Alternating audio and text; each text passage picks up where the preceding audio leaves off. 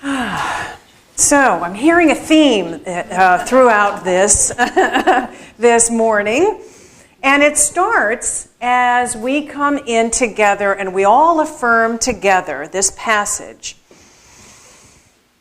Right? What is it? There's only one presence, only one power active in the universe and in my life. God the good, omnipotent. And you know that statement actually combines the first two principles in Unity's 5 basic principles, which we've kind of been studying with the Pathways to Community class, our new member class. And it's really a bold statement when you think about it. It's really bold. One power? Really? Omnipotent good? Really? Then why is there so much craziness in the world? Why is there so much suffering? No, why are there so many desperately unhappy people? Can I put this down here? Just for now. Just don't want to run into it. And if that omnipotent good is the only force that's at work in my life, why am I suffering? Whether that's physical or financial or emotional or in relationships or any of that. And so the answers to those questions really lie in the next 3 principles that we talk about in Unity's 5 basic principles.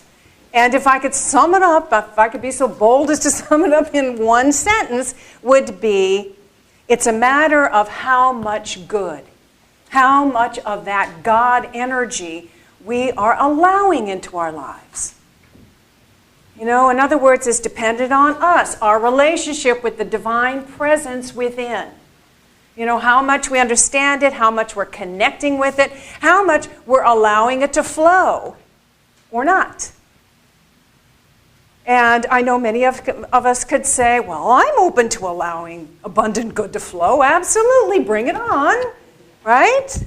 But when we look a little deeper, sort of peer in a little deeper, sometimes we find that there is some resistance within us. Resistance to that flow of good. So today we're going to be talking about all those ways that we unknowingly create that resistance. And, you know, the resistance towards the good that really does want to manifest in our lives, really does want to manifest. And more importantly, how to practice the art of allowing. The art of allowing. Isn't that a beautiful term? That was Abraham Hicks, I think, coined that term. It's not a science. It's an art. The art of allowing. So I always find it easier to understand these things when we apply the ideas to real life situations. So let's just take a common situation that some of us may have had in the past, have now, or we know friends that have. Let's just say that I am in limitation. I've been in lack for a long time. I've struggled to make my ends meet like all the time. Maybe I am working at a job that I don't really like just for the paycheck, just to survive. Or maybe, you know, I'm on a fixed income or something and, you know, it's stressful. All of that is it takes a toll, right, on our bodies. It takes a toll in our relationships. It takes a toll everywhere.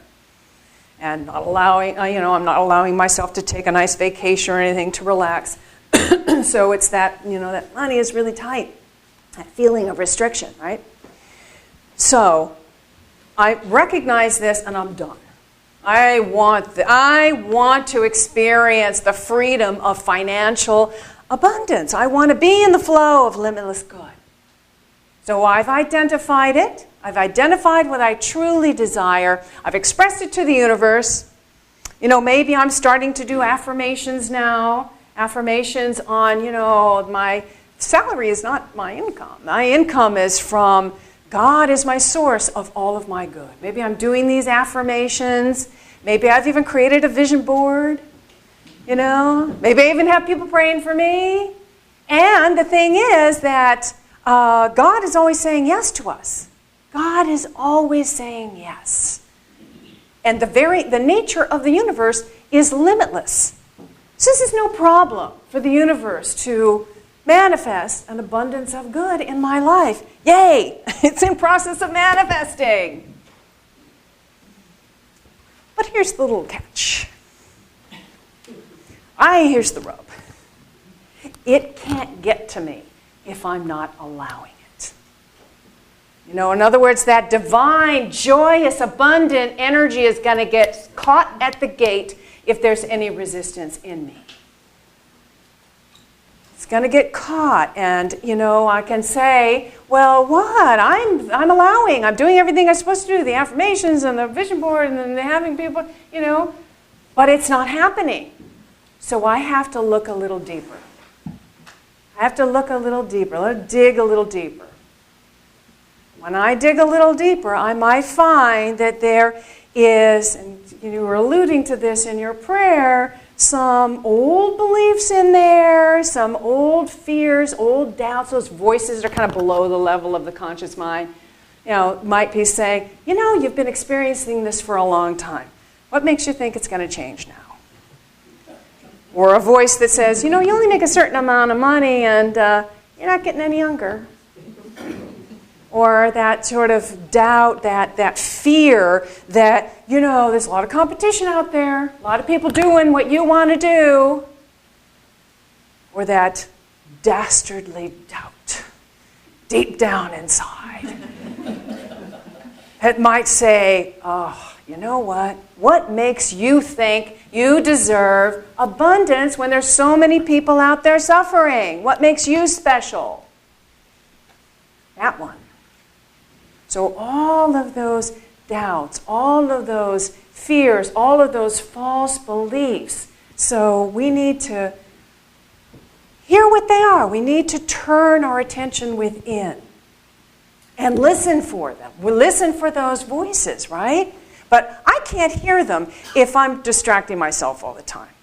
There's a lot of noise. I got the radio on all the time, or I got the TV on all the time, or I'm just busy. I'm always moving. I'm always doing something. I'm talking to somebody. I got to get quiet, stop, get still, and listen, really listen. And meditation, I have to say, is a good way to do that because if you sit down and meditate, all that inner chatter is going to come racing to the surface. And it's a good thing because we need to know what this is. We need to know what's in there, right? Another good way to do that is journaling. Journaling is really good about bringing up to the surface all that underlying stuff. Really, really good to bring up all those old fears, all those doubts, all of those old beliefs that are not based in truth, that are not the truth about me. And, we've been talking a lot recently about angels and spirit guides and stuff. Ask your angels. Ask whatever it is that you resonate to. Ask for that divine help while you're doing this. And then once you've identified it, now affirmative prayer really comes in handy. This is where affirmative prayer works to clear out all that stuff. All the stuff you were singing about. Clearing out the house, clearing out the room. Clearing out all those old beliefs, all those fears, all those things that are all based in separation. That I'm separate from my source. I'm separate from, each other. We're separate from each other. I'm separate from my good. Clears out all of those beliefs, opens up the pathways, and really just centers us in that alignment, energetically aligns us with that good. That's what affirmative prayer does. Now, affirmative prayer coupled with meditation, see? And meditation now, once you get past all of those, that crazy chatter, which you will do if you stay with it, meditation and affirmative prayer together connect us directly with our divine self. And that connection opens up the channels. The connection opens up the channels. Really puts us into that place of allowing, of receiving. So you see what I've just been talking about. This is like the third and fourth principle in these 5 principles, which is all about the power of our beliefs to shape our experience and the power that we have to shift those beliefs, thereby shifting the experience. So those are the tools. Affirmative prayer and meditation are the tools that we use to connect with source energy, connect with the source of all good, and open up the avenues for it to flow. Now, take a deep breath together. Now that we know that, now that I've said this, all of this, sometimes there are some things that kind of still get caught in our energy. There's something still within us that we're not aware of that is resisting that flow. And so I'd like to share an experience that I had this last year to kind of illustrate that. So a little over a year ago, I decided that I wanted to write for publication again. I had at one time written articles that were published in Science and Mind magazine and other magazines and parenting blogs and such. But my focus has been elsewhere, and I hadn't even thought about that, and I've been sort of writing my own blog. But about last year, I said, I want to write an article and have it published in this well-known spiritual magazine. It will remain anonymous right now because I know that this is going to be a public video. So I got to work. I figured out a topic, something that one of the New Thought leaders had said, and I figured how to actually help people to apply that so they could work it in their lives. And I thought, okay, this is going to be appealing to readers. So I wrote it and I sent it in, and I didn't hear anything. And so I, friendly little follow-up emails, did you get it? So finally I heard from the editor who said, well, we like it, but we would like for you to make some changes and then send it back, which I did. And she was right. The changes were really necessary. And it took me, maybe a week and a half. I sent it back. Nothing. For weeks, which turned into months.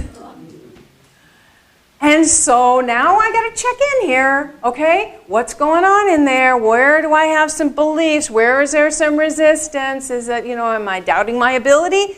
Am I doubting my worthiness? Sometimes it's that worthiness.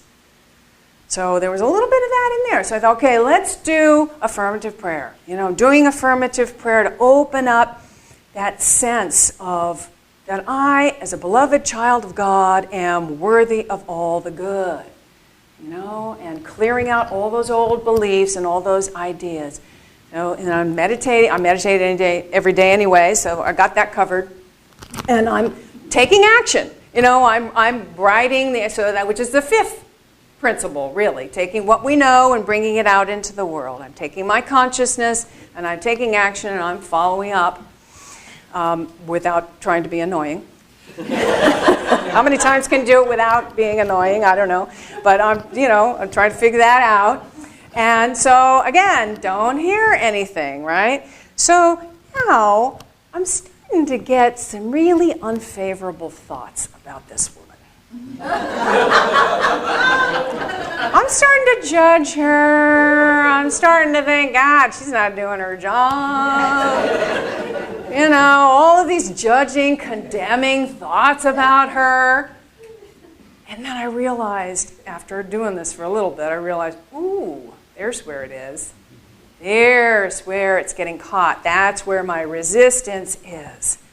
Don't you know that people, they can feel what you think about them. It doesn't matter how far away they are. It doesn't matter how sweet and loving you are. Everybody can feel what you're thinking about them. Right? I'm sure you've all experienced that. And so when I became aware of that, immediately started the whole process of forgiveness, sending love, praying for her, right? And when you do that, an interesting thing happens is that you wake up your understanding. It's like you put yourself in someone else's shoes. Suddenly I saw, my God, she must be so stressed, this woman. She's got to, every month has got to get this excellent magazine out. And how many people are submitting articles to her? I mean, So I'm just like really in compassion with her and sending her love. And so I'm figuring, okay, this is it. I'm clearing out the energy now. I'm going to hear from her, right? No. Still don't hear from her. More months go by. And so I thought, you know what? It's time for me to shift my energy.